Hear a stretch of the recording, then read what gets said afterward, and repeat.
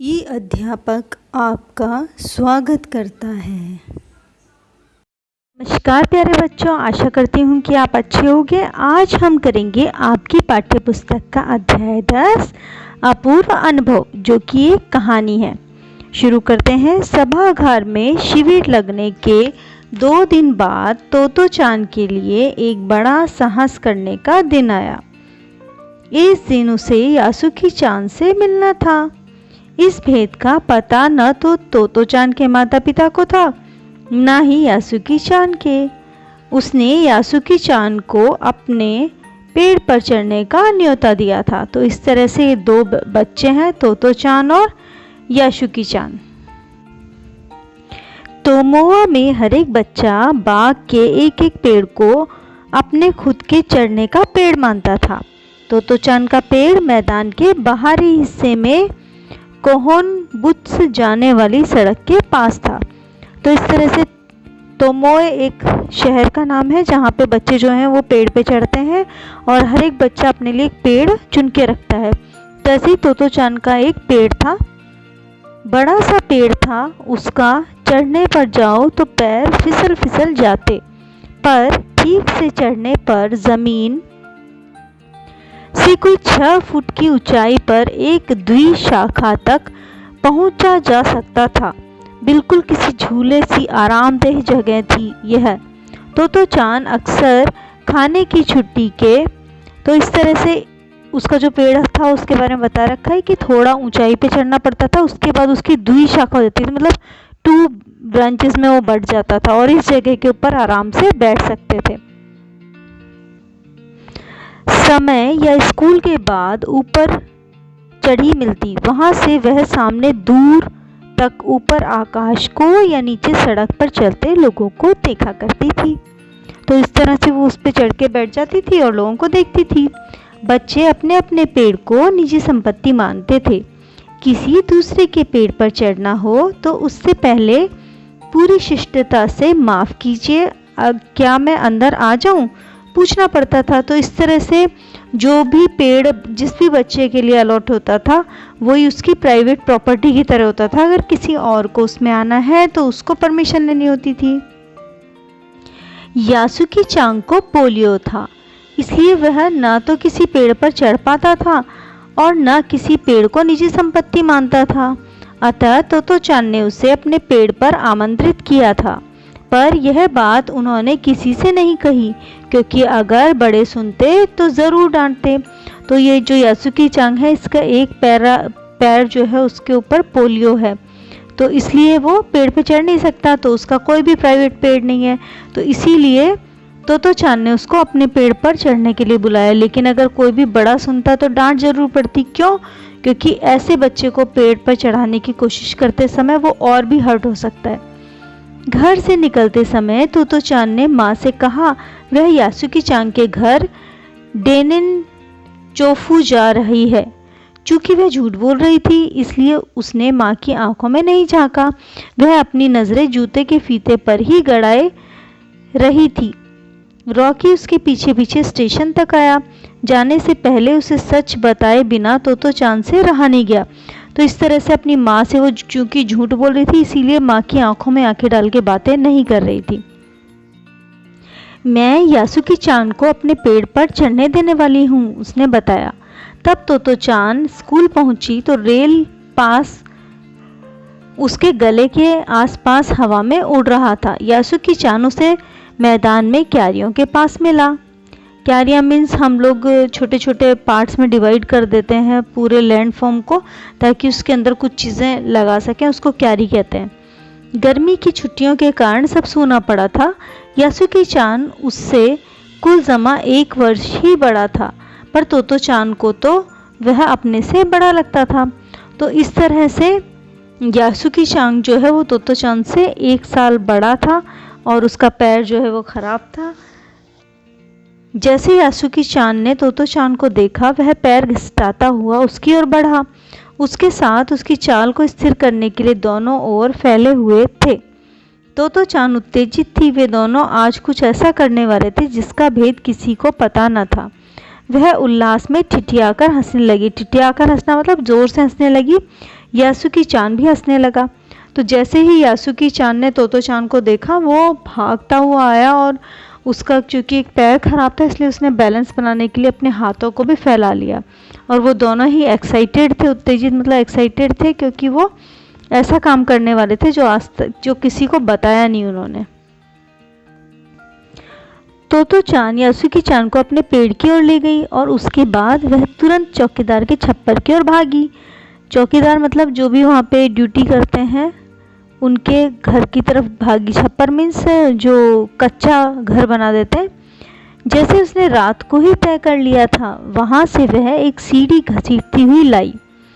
उसे तने के सहारे ऐसे लगाए जैसे द्विशाखी तक पहुँच जाए। वह कुर्सी से ऊपर चढ़ी और सीढ़ी के किनारे को पकड़ लिया। तब उसने पुकारा, ठीक है, अब ऊपर चढ़ने की कोशिश करो। तो इस तरह से वो एक लैडर लेके आई और लैडर से उसने यासुकी चान को ऊपर चढ़ाने की कोशिश की। यासुकी चान के हाथ पैर इतने कमज़ोर थे कि वह पहली सीढ़ी पर भी बिना सहारे के नहीं चढ़ पाया। इस पर तोतो चान नीचे उतर आई और यासुकी चान को पीछे से धकियाने लगी। पर तोतो चान थी छोटी और नाजुक सी, इससे अधिक सहायता क्या करती। यासुकी चान ने अपने पैर सीढ़ी पर से हटा लिए और हताशा से सिर झुकाकर खड़ा हो गया। तोतो चान को पहली बार लगा कि काम उतना आसान नहीं जितना वह सोचे बैठी थी। अब क्या करे वह। तो इस तरह से तोतो चान ने यासुकी चान की पूरी हेल्प करनी चाहिए, लेकिन वो खुद भी बहुत छोटी थी इसलिए वो ज़्यादा हेल्प नहीं कर पाई। यासुकी चान उसके पेड़ पर चढ़े, यह उसका हार्दिक इच्छा थी। यासुकी चान के मन में भी उत्साह था। वह उसके सामने गई। उसका लटका चेहरा इतना उदास था कि तोतो चान को उसे हंसाने के लिए गाल फुलाकर तरह तरह के चेहरे बनाने पड़े। तो इस तरह से वो एक द्विशाखी, जहाँ पर 2 ब्रांचेस होती हैं, वहाँ तक उसने लैडर को लगाया, उसको चढ़ने के लिए कहा, लेकिन फिर भी वो नहीं चढ़ पाया। तो वो नीचे उतर के आई, उसको पीछे से धक्का लगाया ताकि ऊपर चढ़ पाए, लेकिन फिर भी नहीं चढ़ पाया। तो वो बहुत परेशान हो गया। तो वो नीचे उतर के आई और उसने तरह तरह के फेसेस बनाए ताकि वो हंसे। ठहरो, एक बात सूझी। वह फिर चौकीदार के छप्पर की ओर दौड़ी और हर एक चीज़ उलट पुलट कर देखने लगी। आखिर उसे एक तिपाई सीढ़ी मिली जिसे थामे रहना भी ज़रूरी नहीं था। वह तिपाई सीढ़ी को घसीट कर ले आई और अपनी शक्ति पर हैरान होने लगी। तिपाई की ऊपरी सीढ़ी द्विशाखी तक पहुंच रही थी। देखो, अब डरना मत, इसे बड़ी बहन की सी आवाज़ में कहा। यह डगमगाएगी नहीं। यासुकी चान ने घबराकर तिपाई सीढ़ी और पसीने से तरबतर तोतो चान की ओर देखा। उससे भी काफ़ी पसीना आ रहा था। उसने पेड़ की ओर देखा और तब निश्चय किया कि पाँव उठाकर तीसरी सीढ़ी पर रख दे। तो वो एक ट्राइपॉड जैसी वो एक सीढ़ी लेके आई, जिससे उसने चाहा कि जो यासुकी चान है वो ऊपर चढ़े।